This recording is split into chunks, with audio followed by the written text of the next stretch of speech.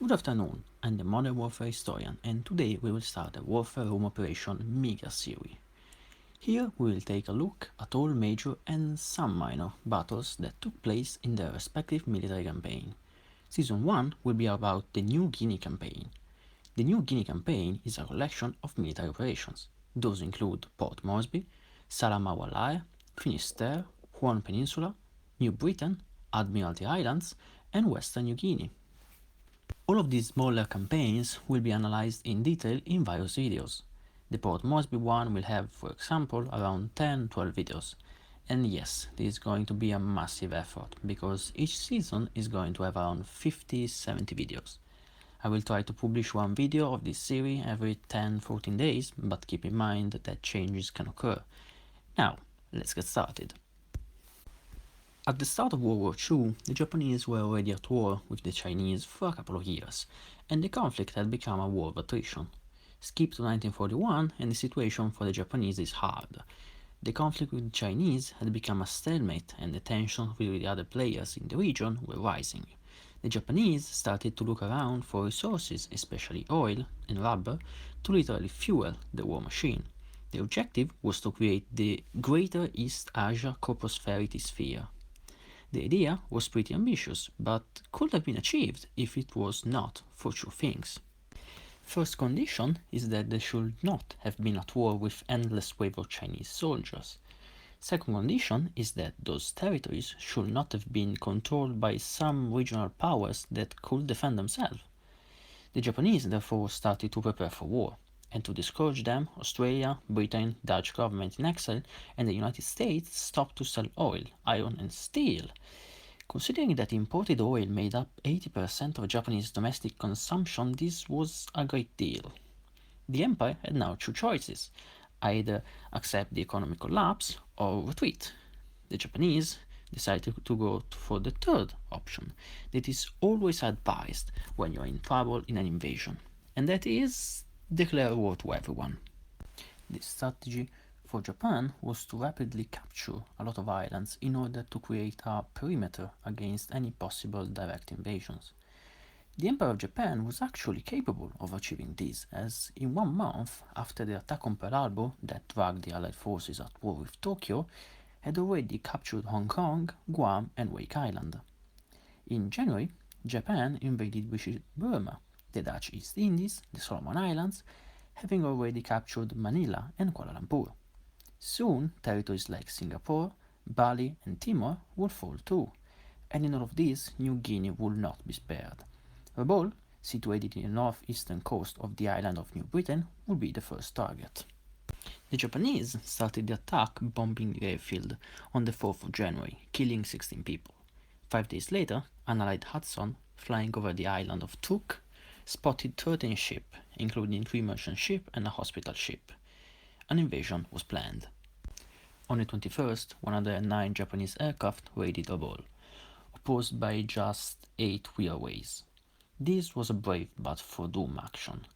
3 railways were shot down, 2 crash-landed, and another was damaged. 6 aircrew were killed and 5 wounded. The Japanese lost a bomber due to AA fire. Later that day, an RAF Catalina flying boat spotted the invasion fleet and transmitted back the news before being shot down. On screen, you will now be able to see the invasion fleets that were headed towards Rabaul and Kavieng. Keep in mind that very probably the list is incomplete because, as we will see later, some ships are missing, especially the China Maru, that will be important later. The main force was comprised of 1 light cruiser, 6 destroyers, 1 seaplane tender, 2 big mine layer ships, 4 auxiliary minesweepers, 3 submarine chasers, 2 gunboats, 1 tanker, 1 armored merchant cruiser, and 4 transport ships, and several additional fishing vessels. The airplane that accompanied this fleet were 3 Kawanishi E-7K seaplane and 12 other unspecified seaplanes that were carried obviously by the seaplane tender. The detachment fleet was made up of 2 light cruiser, 3 destroyer, one armored merchant cruiser, and 2 transport ships. And this one was the one that was headed towards Kavieng. The main landing force was comprised by the 144th Infantry Regiment, that was composed by 3 infantry battalion and its artillery, the 55th Cavalry Regiment, and the 55th Mountain Artillery Regiment. These units were, in fact, a detachment of the 55th Infantry Division. Also, it's important to note the 55th Division Disease Prevention and Water Supply. This will be important later. Also, some various landing party were accompanying the invasion force, and these were part of the Special Navy Landing Forces, the elite units of the Japanese Navy. Defending Kavieng, 2 infantry companies of regular army and 1 company of volunteer rifles were present, and also in addition the 17th anti-tank battery that was company size. Also, 2 artillery pieces were present and 2 anti-aircraft artillery were present. The Royal Australian Air Force number 24 Squadron had 10 Wirraways and 4 Hudson present there.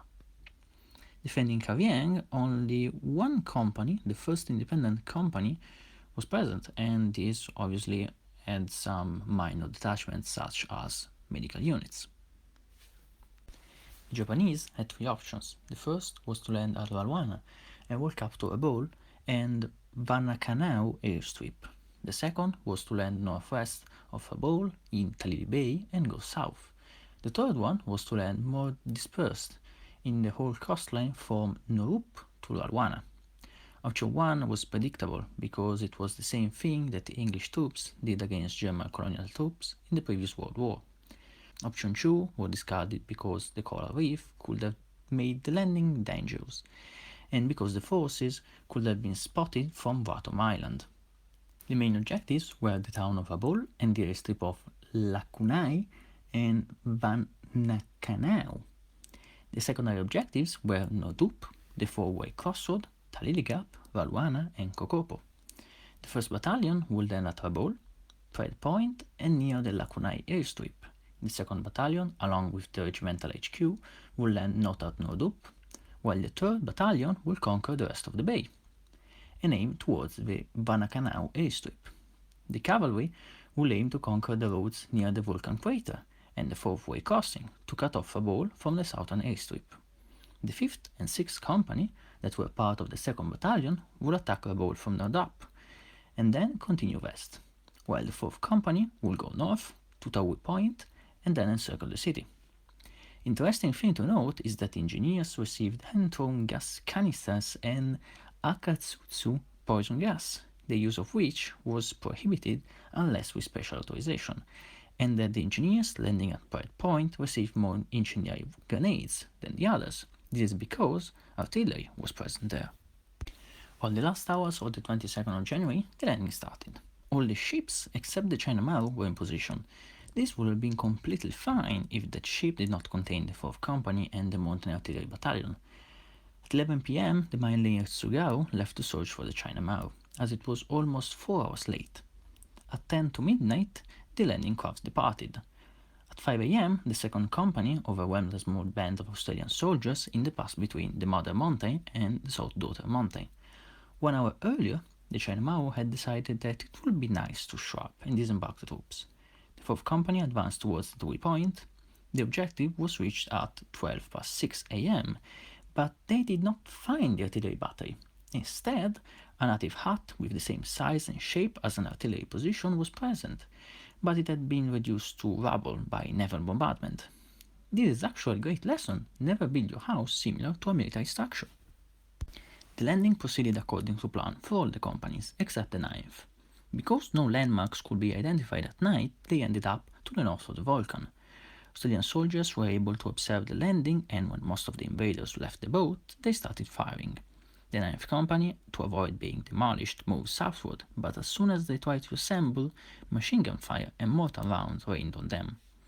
Meanwhile, the 8th Company had driven out a small Australian force and, by 2 a.m., took control of Valwana Point. A platoon was dispatched to occupy Kokopo.